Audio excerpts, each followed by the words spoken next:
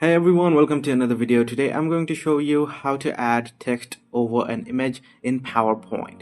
So let's begin. So as you can see, I have a slide and I have text added for this slide.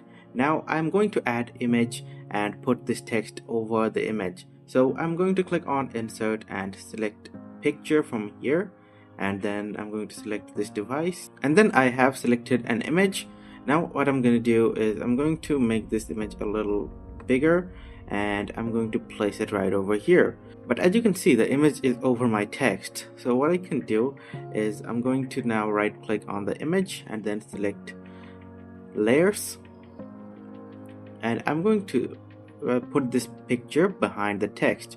So as you can see, after I have put the picture behind the text is now over the image. So that is how you can add text over an image in Microsoft PowerPoint.